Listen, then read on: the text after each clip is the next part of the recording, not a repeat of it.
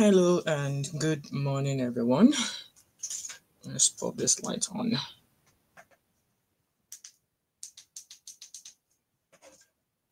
Hello, guys. Good morning. Please come on in, and I'll probably just get started, and others can join me once they are awake, I assume. So, this is going to be a very quick live stream, actually. It's going to be a very quick live stream. So, good morning and hello, everybody. How are you all doing?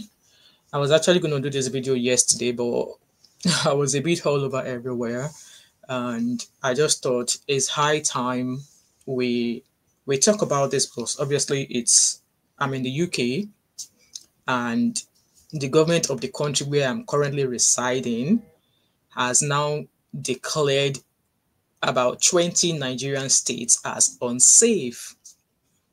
So if if the UK government are telling us that 20 states in Nigeria are unsafe, what has Nigerian government got to do about it? What are they going to do about it? Because it's starting to look like, good morning, Tide Spring, welcome, how are you? So like I said, I saw that post yesterday, and I was just like, wow, okay, it's been all over the social media, but apparently I've been carrying on with, like, I've been doing a lot of back to back with some gossip stories so far. So I'm sure you guys are aware of what's going on right now in regards to what has been declared by the UK government. I'm going to try and bring up that article just now so that we can read it together, so we can both make sense of what's actually going on. Because as it is now, I like I'm actually short of words. So there's been recent developments, you know, serious concerns about the safety and security of Nigeria. And with that being said, I've always been, I think it was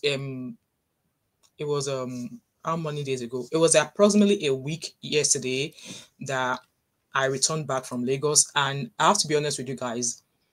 Everywhere I went in Lagos, it was practically safe.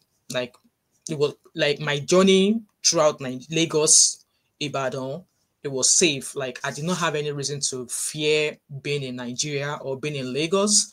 Lagos was really safe. But for the fact that me sitting down here, I know it is not the same for every other state in Nigeria. I have to tell you that not all the states in Nigeria are that safe. So, and it's starting to look like a lot of concern that even me as a Nigerian, I can say yes, what the UK government have said, it's not, they are not wrong about it. They are not wrong. Okay, they are not wrong. So I'm going to try and put up the article I found, obviously detailing this story or this news of Nigeria not being safe. So I found the article from the Telegraph, and this is what the Telegraph had to say about this, about the insecurity in Nigeria. You guys all know what is going on right now with insecurity, with the genocide story going on in Nigeria right now.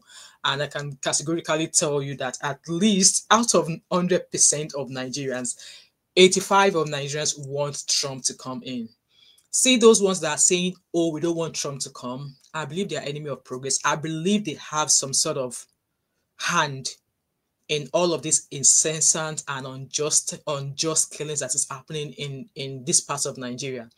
And I think in a way, I believe we can both agree that, good morning, Dachoki, welcome. How are you, sir? I believe it's not even about Christians anymore now. Let's be honest with ourselves. Let us be very honest with ourselves. Let's even put aside the fact that Reverend Ezekiel Dakomo came out to say it's Christians. Obviously, that is his own experience. That is what he is saying in that part of Nigeria that he resides. Who am I? Who are those pastors? Who are those people that are saying there is no genocide? Like I said in my previous other videos, that Nigerians, we have grown used to hearing that hundreds of people are being killed every day, and we just move on with our life as if nothing is wrong with it. Nowadays, when I see a post where it's been reported of people being killed, I get goosebumps all over.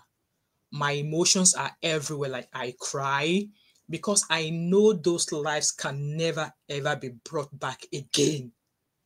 Because I know those lives can never ever be woken up and say, "Oh, you wake up." That's them gone, and they are innocently being killed. So just like I was saying that, let's even put it for it. Let's put aside that as a Christians are being killed now. Look at the kind of deaths that are going on in Nigeria. People like you hear neighbors buying somebody, you hear this person died, accident, and all of this. Like it's just I don't even know how to describe. Just like I said, that it's just been a week. Yesterday, I arrived from Nigeria. The places I went to were fairly safe, but I cannot say the same for every other state in Nigeria. So for the UK government to now warn against traveling to 6 Nigerian states over rising insecurity. Insecurity has always been in Nigeria. I was saying this in one of my live streams that when I arrived at the airport, it thought when I arrived at the customs, it thought, you know, when you arrived, when you come down from the stairs and you see the welcome to Nigeria, where you approach whoever is sitting at the desk and they take your passport to write your name down and the country where you've come in from. Something in me was like, what if they grab me? Because obviously I've been quite vocal on my channel about what is happening in Nigeria, right? Something in me just at that instance, it dawned on me. Yes, I had my Ray-Ban glasses on. It was filming. But something in me just said to me, what if they stop you? Yes, I have dignitaries waiting to collect me. Like I had people, yeah, people of, when we're talking about people, I had them there to collect me. They were just waiting for me to get my, passport name written out and then I could go. But even with the fact that I had people who, if anything happens, they are there, I still had a bit of, what if they grab me? But I was happy that none of that happened. And even while I was in Nigeria and me even being in Lagos, there were so many things that were just so unjust that was happening. In fact, me and my sister, we actually quarreled because she was the one driving me everywhere. We quarreled at the fact that we are one of the people still encouraging and giving police officers money. So they've gone from you giving them cash to them giving you account number. If you say you don't have cash, they'll give you account number to transfer. And until they confirm that transfer, that's when they let you go. So tell me why they stop you in the first place. There's nothing wrong with your car. There's nothing wrong with your papers. They've checked everything. They should just let you go. But no, they now give you account number. And some of them, if they don't have account number, they give you, there's a POS machine. They will ask you, do you have your card? And all of this stuff. So with all of these things going on in Nigeria, when I went to Nigeria, my blood was boiling that how can this be happening? Maybe because I've lived in this climate for a very long time that I now think like the Oyibo people. I now think that no, where I have come from, this cannot happen. Because if it does, for a certain your job is gone. But then it's what Nigerian people have grown to condoning. So let's go back to this article. Before we go into this article, like since Trump said he was coming in, there's been a lot of the Islamic clerics. I already did a video about that. Lots of Islamic clerics are all running helter-skelter. In fact, there's a certain one called Gumi, Sheikh Gumi. It's been reported that he has fled Nigeria. Why did he flee? If he knows in his mind that he is not behind all of those buyings in Nigeria, why did he run? There's a page I follow on Instagram, and I'm going to share that page with you guys at some point. They reported that this man, this Sheikh Guman, immediately Trump said he was coming. It was the first person that came out to say, oh, that was an insult. Trump needs to apologize. That if they are not going to apologize, that Tinubu should sever all ties from the UK, from the US government, blah, blah, blah, blah. He's been the one, even before the Nigerian government even came out to address or reply President Trump, he was the first person. And I'm sure there's a Bible verse that if you're not guilty, I can't even remember it in my head. And look at all of the protests that's been going on. Islamic Muslims, people saying that Boko Haram are their friends and families. Saying Boko Haram and all of these people are their friends and families. So this goes on to the question I want to ask. So does their religion, justify them killing people for no just reason. You just go to people's farm, you destroy it, and then you kill people. What kind of religion is that? And they will tell us that it's a religion of peace, a religion of peace that justifies you killing people because they call the name of your Islamic God somehow, and you say, oh, the next thing is to buy them. Like, guys, let me know what you think in the comment section. I'm emotionally drained each and every time I see the news coming out of Nigeria. I am emotionally drained each and every time I see innocent lives being killed. I am emotionally drained and I'm mentally, maybe not mentally checked in anymore when I see all the news coming out of Nigeria. And I'm like, why? Why? So, UK once again traveled to 6 Nigerian states over rising insecurity. And I knew this was going to happen.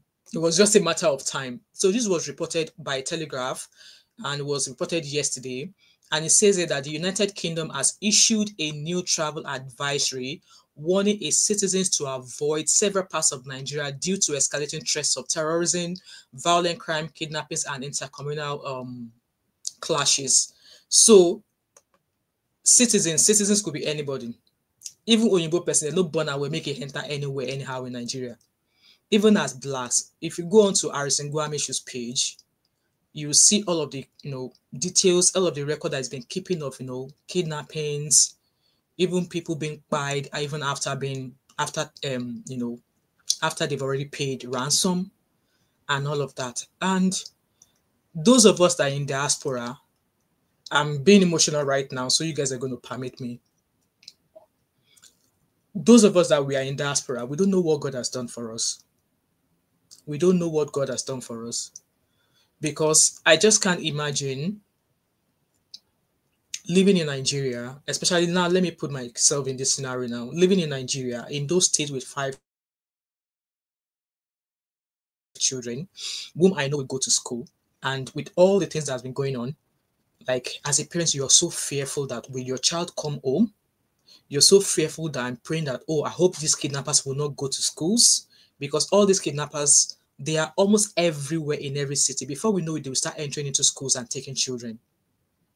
So that's why I am thankful that I am in this environment where I am. But at the same time, I'm still concerned for my loved ones who are back home in Nigeria.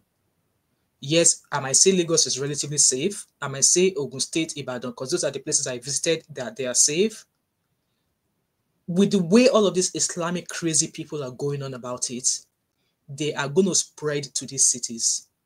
They are going to spread to these states. And for the fact that they are coming back with a lot of kickbacks, I believe something is brewing that they don't want the entire world to know. Something in me is telling me that these people who don't want Trump to come in, they've got something big coming. They've got something big coming that they are guarding with their lives, that if it eventually happens, I doubt anybody in Nigeria is going to survive it.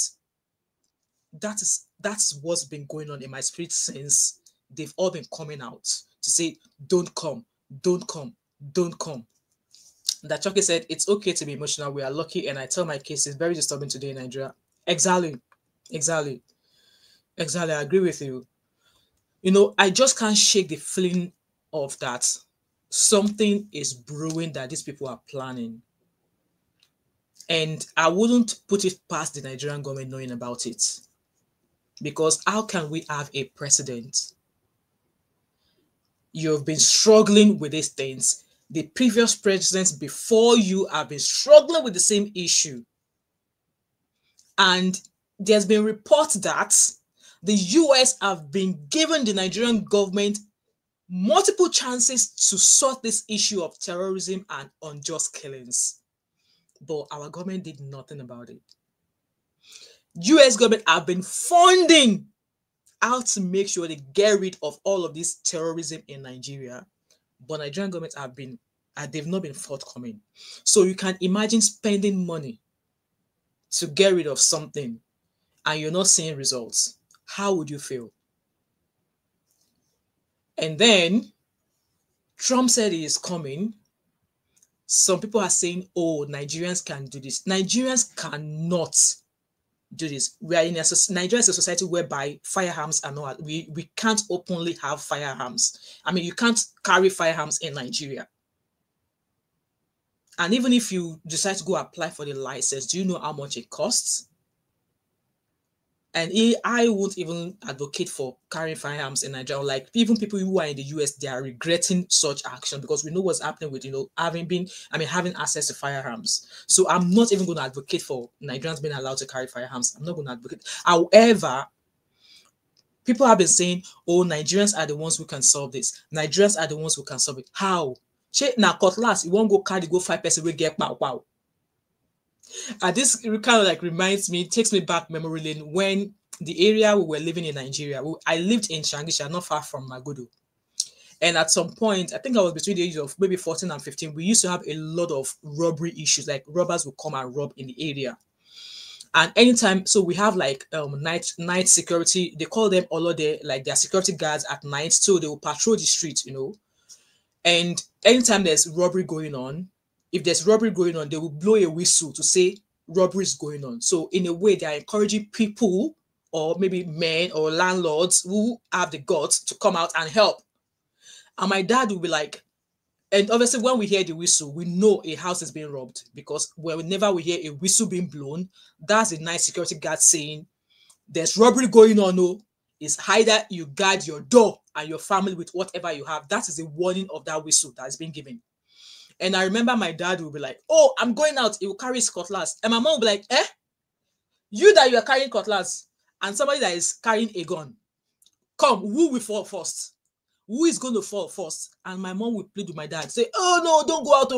Because my dad would be like, okay, they've blown the whistle. Let's go and help. And my mom would be like, go help where? You're not going anywhere. You're not going anywhere. So now, how do Nigerians want to fight for themselves? How? But we have a state who is willing to come help, and they don't want them to come in. And then we've heard some dingbat pastors going on about, oh, they're coming for our resources. They are coming for our resources. What bloody resources? And like I've said, and I'm going to keep saying this, if you are a pastor, if you are an organization, if you're a politician, whatever your status is in the society, and you are kicking against Trump coming to help sort this Boko Haram issue, then you have an agenda. You have a hand in all that is going on in regards to the killing of people in Nigeria. That's all I'm going to say in regards to that. Dachogi said, if Nigeria is a strict humanitarian country, maybe, just maybe, we shall not be having this problem. Exactly. But we don't even have a government that has empathy. We don't even have a government that believes in addressing its citizens, because yes, we don't have a listening government. They just rave mad. They blow like the wind. They blow that way, they blow back.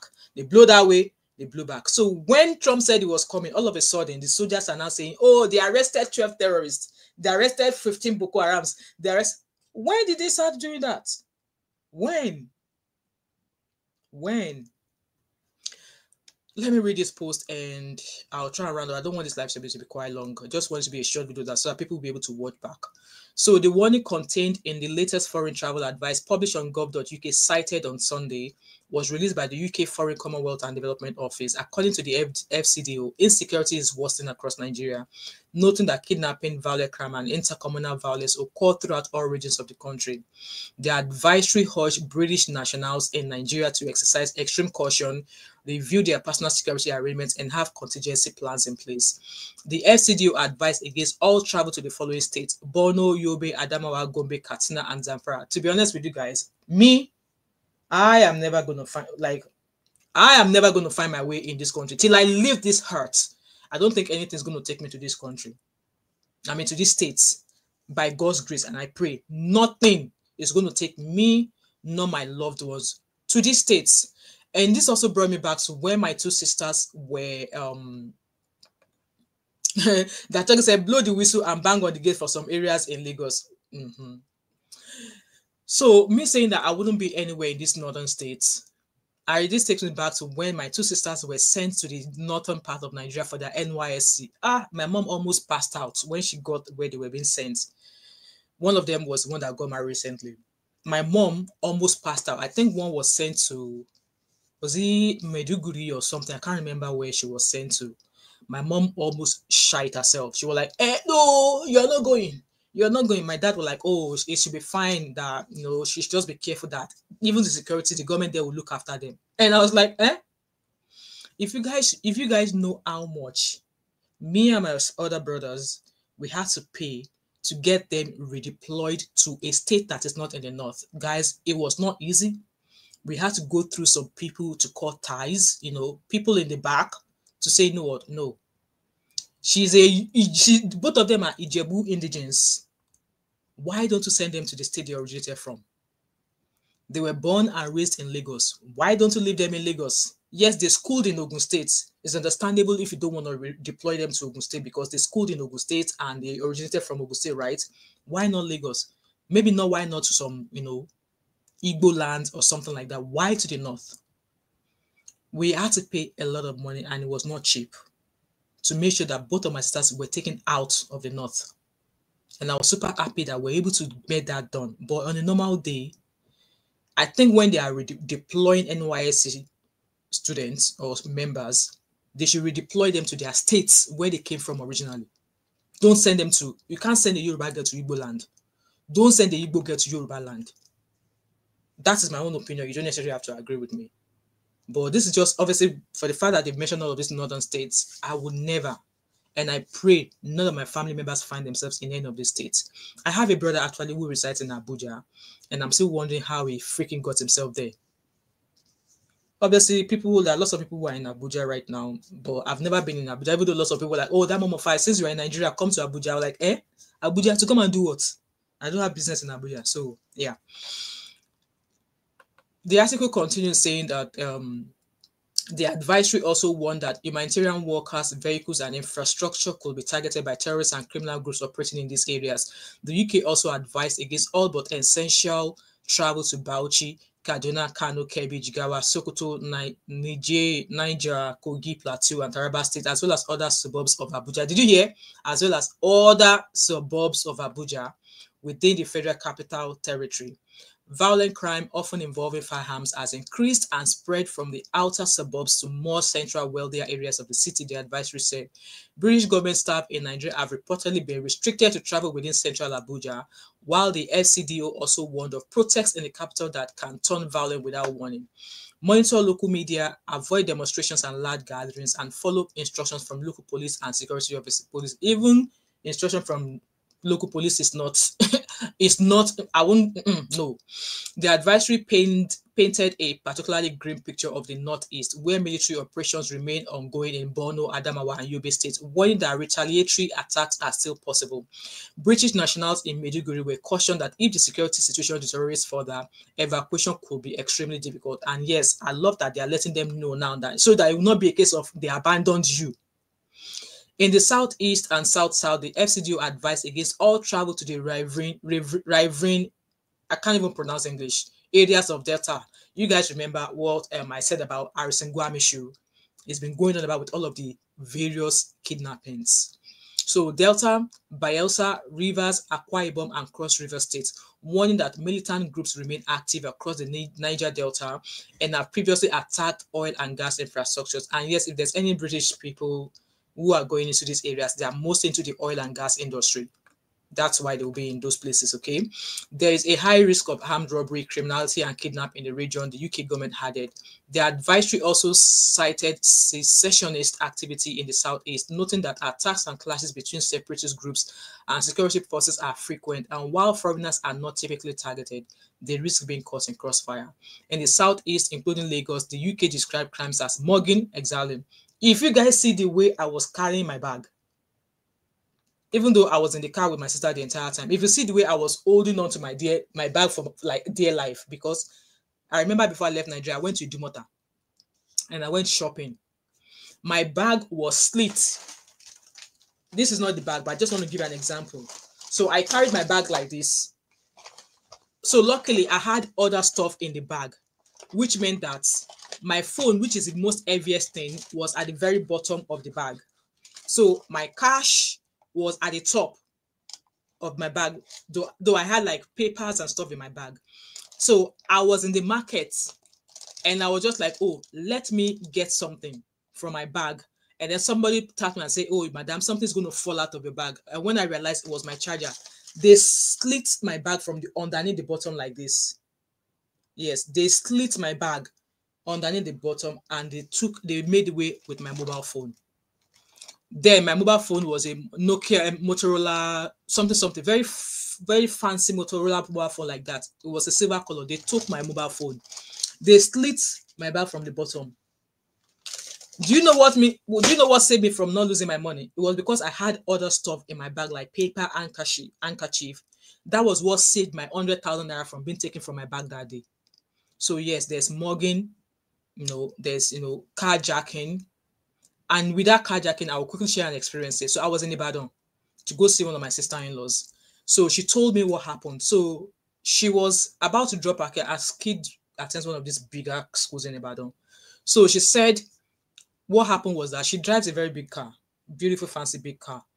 So she dropped her son in front of the school gate. So it was a busy road. So the school is by the roadside, but controlled traffic, okay?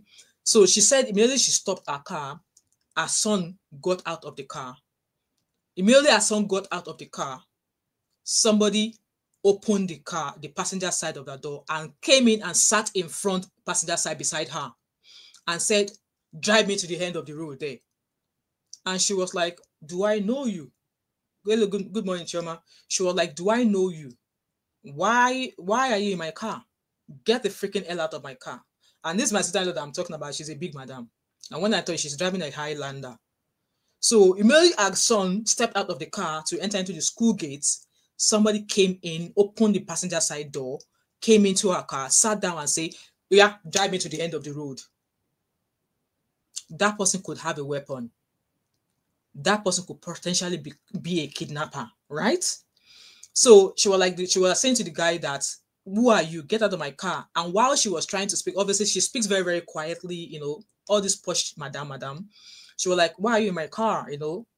Why are you in my car? Get down. And she said while she was speaking to him, she already had her finger on her window button. She started to roll down her window. And by then, she was obviously about to start moving, but she was not moving. And then while the man was like, oh, I want you to drive me down the road, drive down the road. But then again, she didn't want to do anything really too quick so that she can't tell if the guy has a weapon or not. But while she was like, oh, who are you? Why are you in my car? Do you want money? Do you want this, that? So while she was still doing that, she opened the car window and she started screaming.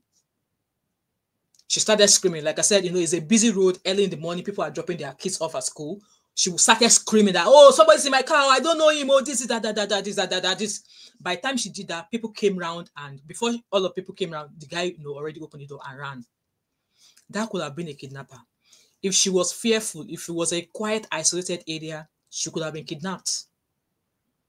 If it was an isolated area, or if she was that fearful that she could not think of what to do at that time, what if that person had a weapon? They could have said, okay, now drive.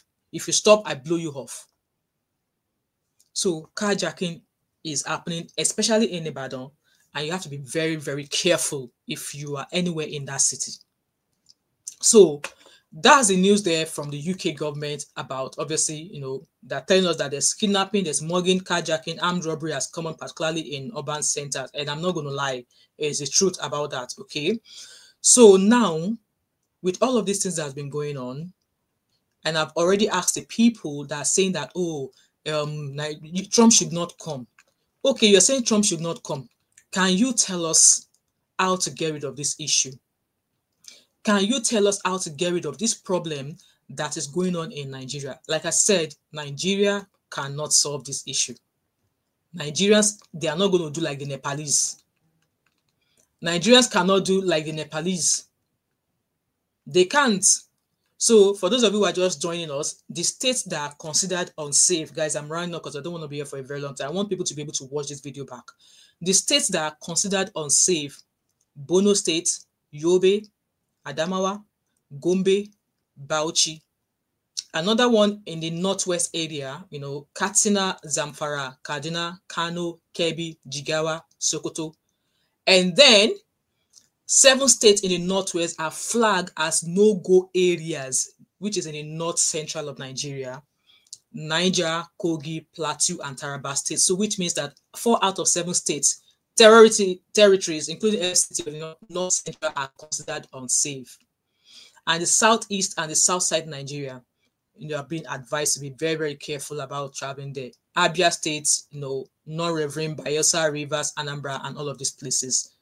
So in stark reality, 54% of Nigeria states are deemed unsafe, with 20 out of 37 states, including Abuja itself, are being considered high risk by the UK government, which paints a very, very concerning picture of the overall security in Nigeria.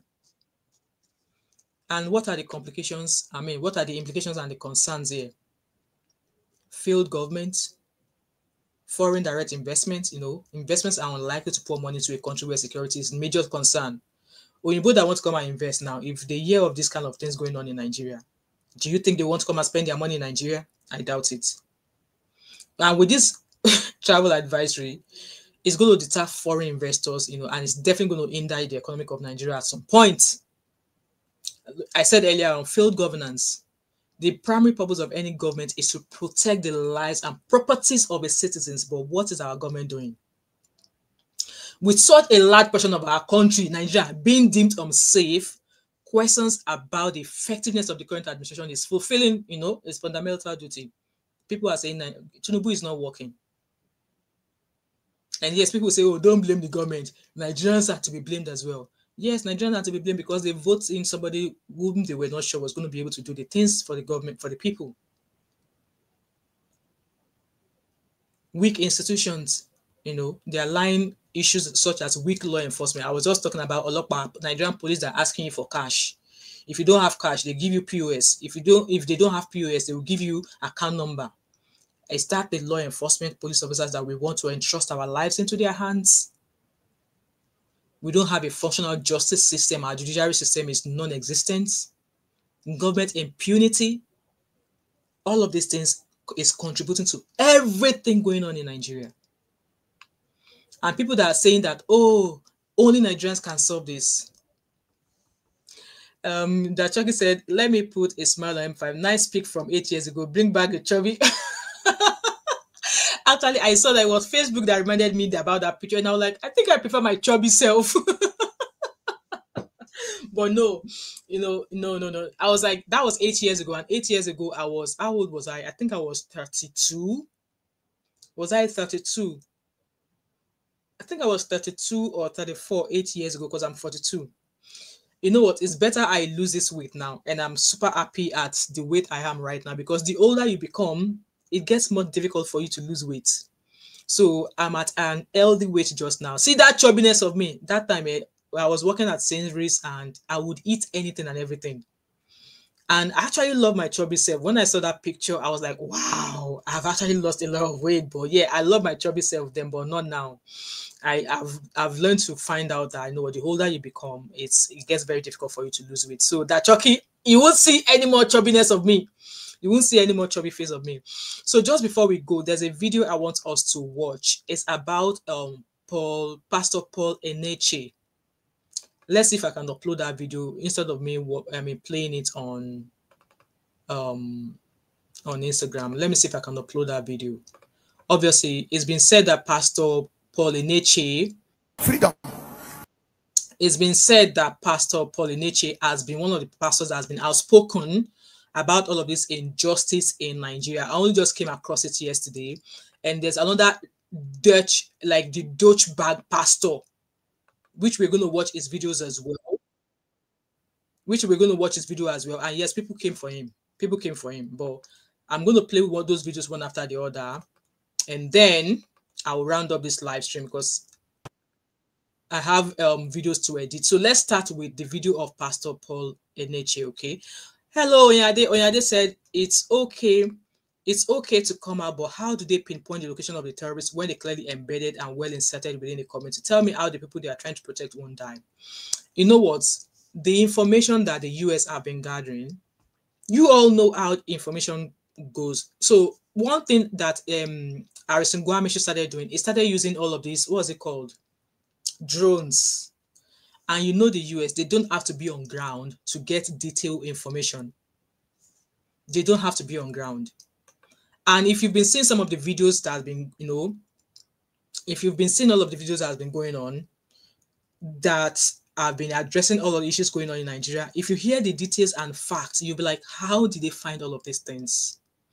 And also, there's a video where I heard that the US government are not willing to work hand in hand with Nigerian army because during the time of Chibok girls, there was a plan to go in because they had the location of the girls. They were already working with intelligence with Nigerian army. They already planned on how they were going to go in. But then somebody leaked the intelligence, which meant that when they arrived, I think some of the intelligence they did was that they were going to go in with some gas and stuff like that. Well, yeah, if you go on YouTube, there's loads of those videos where they are telling you that this is the data they've got, this is the data they've got, so places, so it's all there. So just like I was saying, that I just deleted, I don't know why I deleted that video from my laptop. If I find it while we are watching this, I will try and share it on Instagram with you guys. So it says that the US army are unwilling to help with Nigerian army because due to past instance of the Chibok girls, they already agreed on intelligence on how they were going to come in and get the girls saved. But out of our Nigerian military, they leaked information to the terrorists, which means that I think some of the intelligence they were giving was that they were going to come with some gas and stuff. But when they went in to go save the girls, all of the terrorists were all wearing gas masks. So if you are a government if you are somebody who is coming to help and you realize that some of the details of your intelligence has been leaked, would you still go in? They could not go in. So they believe that there are some whistleblowers, so Papa Adeboye was right when he said, get rid of the sponsors. So even our own army, I do not trust them. So if intelligence could be leaked and the US already learned their lessons, so why do you think they would want to work with the US, the Nigerian army again? They would rather come in themselves. They know what their target is. They know where they are going. Hence why I said all this talk of, they want to come and take our resources. They want to come and take our resources. What bloody resources? Yes, Nigeria has resources, but as a Nigerian, which of those resources have you benefited from? Well, Oyade, like I said, you don't have to agree with me. I know what I saw. I know what I heard. And it's up to you. Like I said, you don't have to agree with me. These are what I saw and I read. So you saying that it is not AI. So Igbo man, they use AI to give information about things going on in Nigeria. Well, that's your opinion. So I'm going to drop this video here. Let's watch it. And obviously some pastors have been voicing out their concerns in the past. But our Nigerian government, they are just used to hearing that people are dying. Okay. So let's watch Pastor Eneche. Clergymen, whether of any religion you are, if you hate what is happening, speak out. The person that can wipe Christianity out of this country, they have not born him.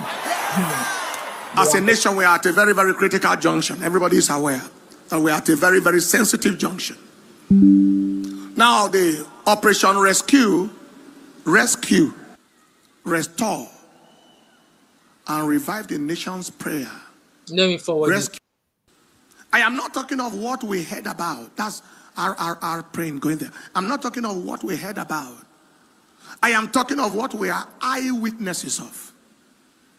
I believe it was in the year of 2016. We visited Agatu local government on the 7th of April, 2016. After the attacks that claimed an estimated 594 lives across 32 villages in Agatu in Benue State between 21st to 24th February 2016. Think of it. 594 lives. Can you imagine? The ravages. That was us there. We brought relief material, right? And all of that. Did medical outreach as well because of the ravages of the situation in Agatu then. And then in 2018, we went So now they will say now that this pastor is lying now. At least these are places he went with his people and he's giving you figures of what they saw. So people will still say the pastor is lying, right? Like I said, Nigerians, we are not ready. Again to Benue State for the mass burial of about 73 villagers hacked to death by marauding headsmen between December 31st and January 2018 in Logo and Guma local government. We were there for the mass burial. Now they will say, no, it is all lies. Can you hear that? Is it making it up? What do you call it now? The reporting of our visit then into Benue State. That year, I came with a lot of anger, and this was one of the services that followed. Can you show us that clip? Every lover of freedom, clergymen, whether of any religion you are, if you hate what is happening, speak out. Can you hear? The person that can... It's been one of the pastors that has been vocal in the past. See, this was his video in 2018. So tell me why all of these bloody monoruma law pastors are saying that, oh, there's no genocide in Nigeria. A Khan chairman in the northern was, his head was removed live. And they're still saying there's genocide. Is it until a whole state is being wiped off before they will actually believe there's one? Keep disbelieving what you see. Wipe Christianity out of this country. They have not born him. They haven't born his father. Haba. Look at your neighbor, say with them. All you jihadists and all of you agents in places of authority and agents in the security and agents everywhere you are, hear me. What I am about to say, interpret it.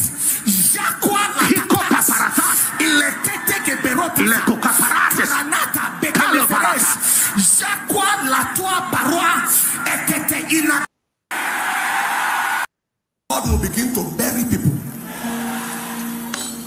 He will bury them one by one. He will bury them en masse. Nigeria shall be their graveyard. That was part of it. And then we continue. Now, so this matter we have been on need for years. How many of you understand what I'm talking about? It is our pain, it's our decree. It's not something we had, it's something we are in. And then what happened this year, 17th of June 2025, to commiserate to the state and victims. Yelwata as well is an example. That's an example. Also, they tried to cover that up. Do you know how many days it took Nigerian media house? I don't even think none of them went there on ground to go see what was going on. They were all going by the images that Very Dark Man shared. And that is not enough. If that alone happened in a city here in Scotland, I swear to God, everywhere is going to be on lockdown. But in Nigeria, you've all gone used to lives being killed and you all walk away as if nothing is happening. On the Yelwata massacre that happened between June 13 to 14, 2025. We were there. Look at the devastation. We saw fresh bodies, fresh dead bodies. Are you here? That we saw with our eyes. Went to the displaced persons at the international market in Makurdi. About 3,000 to 4,000 people were here that were displaced from that place. And then when we came, certain decrees were made. Human life is valuable. It is valued. Okay, this was before valuable people. From the cradle, if you go to the hospital and you see how doctors battle to save the life of a newborn baby. Can you hear that? One life, 1 day old. Professors of medicine, consultants, 40, 50 years, pediatricians. They are running, sweating to battle to save the life of one person. And then you have some placeless vagabonds, valueless non-entity, roaming from place to place, homeless, valueless, placeless, taking life away without qualms.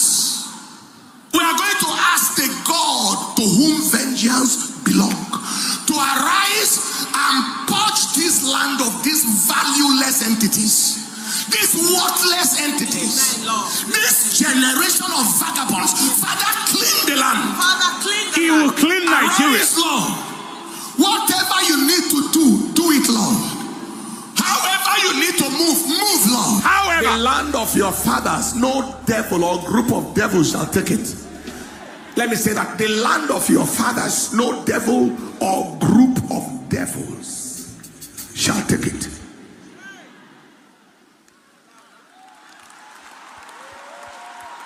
So he's been speaking for a And then very I sat long down with a man. I sat down with a man, the president of EYN. Anybody from the northeast area? Reverend Daniel Mbaya. We were having our ministers, our conference last year. Our pastors were there. When he came with his team of people, pastors and ministers from his denomination, to tell us their plight and whether we can be of help to them. What is your plight, sir? He said they are dealing with 10,000 widows, widowed by terrorism, handling 100,000 orphans, orphaned by terrorism. He said they have a camp in Cameroon.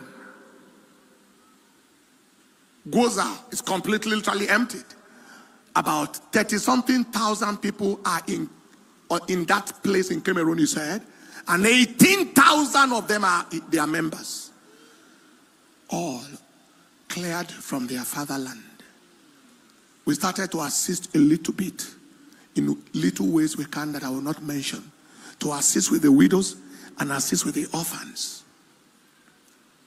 And so, when it got to the neck like this, we have spoken, we have decreed, we are now going to set a watch. 168 hours of the week. Every hour, somebody is on the watch. And we have been on. We started July 1. By July 13th, a notable person had died. Who might be called the patron of terror. I'm not going to mention names. While it went on, we began to record some successes.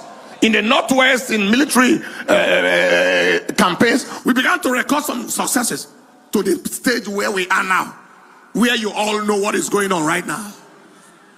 We are going to pray.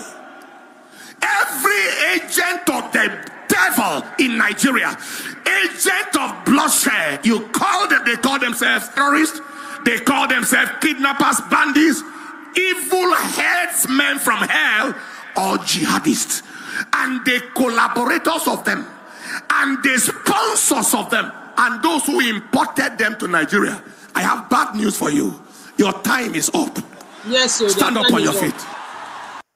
Collaborators of terrorists, sympathizers of terrorists, and the terrorists themselves. Get ready. It is your season of judgment. The land of Nigeria will swallow you up. And we shall have a nation of freedom. We shall have a nation where people can be free to live unto the God they want to serve. We can have a nation where everybody, and we are praying, there will be no hiding place for any devil, no matter how high or how low. No hiding place. Father, locate them. Locate them, fish them out from their hideouts, and as they have caused sorrow, let their generation never know peace. Lift up your hands. Psalm 94 verse 1 say, "Oh God, to whom vengeance belongeth, show yourself." Now, these prayers I am praying are the prayer. Right, I'm going to remove that. So there's another. So obviously this Pastor Paul Eniche has been talking. Obviously, there was videos of him from 2018. Okay, and then there's another pastor whose brain is definitely not there. You hear what he has to say, and yes, trust in netizens. They dragged him. They dragged him. Showing interest because they know that will divide the country.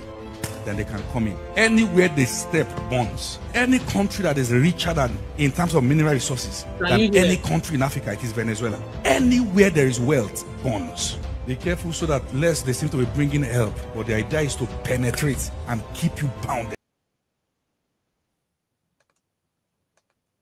they complain about your country, you are doing something right. So that's what he said. And yeah, people came for him. These are what people America, that they are killing Christians in Nigeria. Okay, it is not innocent. It is not innocent. When Goodluck Jonathan was in power, Nigeria needed to buy certain things to use in fighting that battle. The one who blocked us was America. We got machineries from a country, I don't want to mention that country, that was busy and they were having victories in Sambisa, all other places. The one who asked them to be sacked later was America. So people, like I said, people came for him. They were like, what nonsense was he talking about? I don't have that post, but you can go to that channel to go find. So for my sister that said that it is AI. Judd Saul with equipping the person. So this image you have, this video here you are seeing is AI, Abby. I hear you. Now hear how it be this, Abby. Okay, keep listening. If it sounds AI to you, I'm the executive director. And I just want to bring attention to a situation that our team has come across in Nigeria. There's another one, but listen to this one. It's hard for me to put it into words. What we've run into. Our team got a call of a group of Christians that needed immediate aid, and we found out that these are people who had been ransomed out from a terrorist camp. And what's happening is Fulani Muslim terrorists frequently kidnap people and ransom them out. And many times if they don't pay ransom, a lot of them are killed. But a lot of people never ask the question, what happens to Christians if they're not ransomed out of these camps? Well, we've discovered a camp run by Fulani Muslim terrorists where Christian children, men, women are being starved to death. They're being beat and tortured on a daily basis. And a group of these victims have been ransomed out, and they came out looking like Holocaust survivors. Can you imagine? The situation was absolutely horrendous. And we immediately deployed aid and resources to bring them back to health, cover any medical costs. And they are so traumatized, we're having people come alongside them to help them through all this trauma, to just digest everything that happened. We've got a little boy that watched his brother starve to death. We've got another kid who watched his two brothers be killed in front of them in the camp. And these are at the hands of radical Fulani Muslim terrorists. And we know there's 200 people still in this camp. This camp hasn't been liberated, and we have reason to believe that the Nigerian government knows that this camp exists because this camp is close to a military base in Kachia, Nigeria. Now, I'm trying to raise as much attention and awareness on this as possible so we can once and for all try to put an end to persecution in Nigeria, to raise awareness and tell the Nigerian government enough is enough. Protect your own citizens. Stop this madness. And I'm calling on the U.S. government and any other foreign government to lay pressure on Nigeria until they can start protecting its own citizens. Our mission has been on the ground there for 4 years. I've seen death. I've seen horrible things. 4 years. But this is just beyond horrendous and awful. Still, last year, over 5,000 Christians were killed. There's still well over 3 million Christians who are still have been removed from their homes, living in camps. But then on top of it all, they're going in and they're kidnapping Christians and torturing them and starving them to death. So I'm calling on everybody that sees this video. Please visit our website, support our mission so we can continue to help fight the persecution, so we can help stop the persecution of Christians in Nigeria, and we can come to the aid of those that are in need, but also take action. Call your congressman, call your senator, call your governor, anybody you can talk to raise awareness about this situation so we can put a stop to this. But we can't put a stop to it if we ignore it. We can't stop this if the mainstream media ignores what's going on in Nigeria. I'm getting really tired of mainstream media and people saying that Christian persecution doesn't exist and it's just tribal conflict. That's baloney. It's malarkey. They are full of, I'm a Christian and I can't say the words I want to say. But let me tell you that we can do something about this with your help. So those who are saying that this is AI, you can decide for yourself. I'm going to play this one last video and I'm going to get out of here. Nigerian government complicity with these attacks. You saw some of our journalists in the documentary.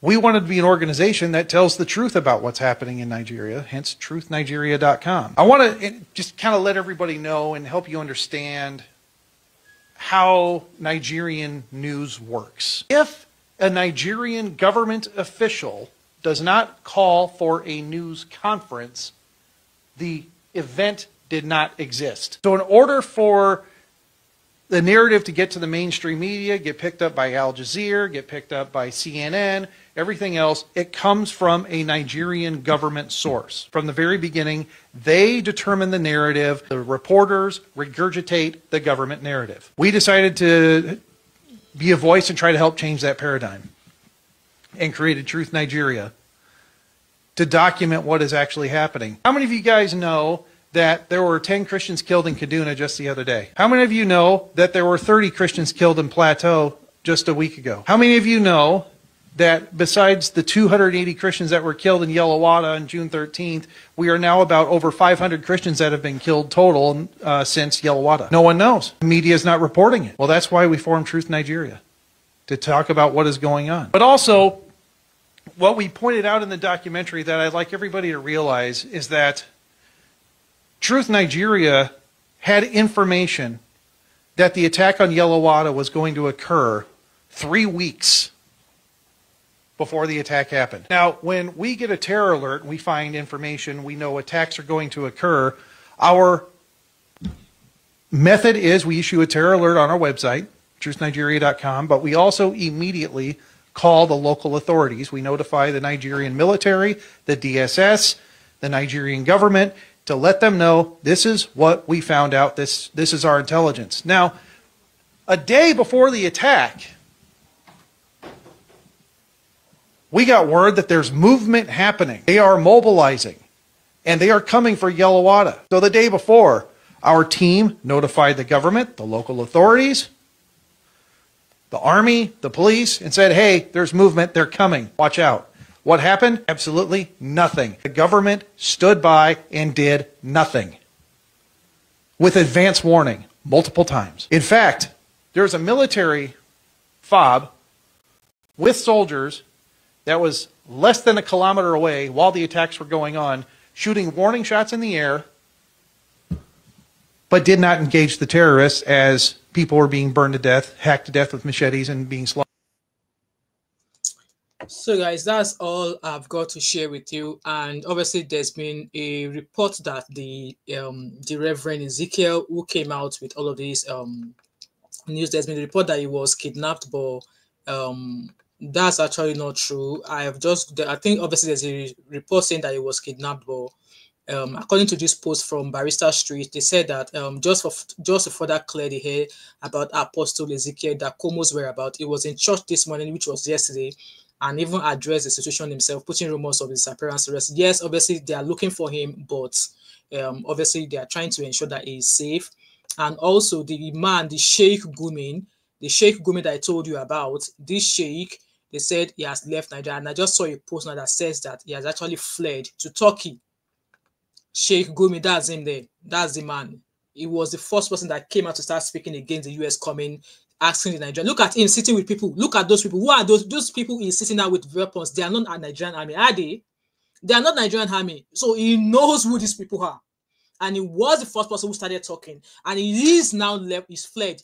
So according to news that I've just saw, I saw that news like 2 minutes ago on Facebook, that he's fled to Turkey. That's where he's fled to. So look at the images of the people behind. Do they look like Nigerian army to you, or do they look like Nigerian police to you? He's eating and dining with the terrorists. So like I said, he was the first person First person that came out. So according to the post here, we have received reports that Sheikh Ahmad Gumi, a controversial Islamic cleric, a terrorist sympathizer, and self-acclaimed negotiator for armed groups, has fled Nigeria ahead of the anticipated U.S. military intervention over the ongoing genocide against Christians in the northern Nigeria. Sheikh Gumi is known for his close interactions with armed terrorists in the north and has openly advocated dialogue with them.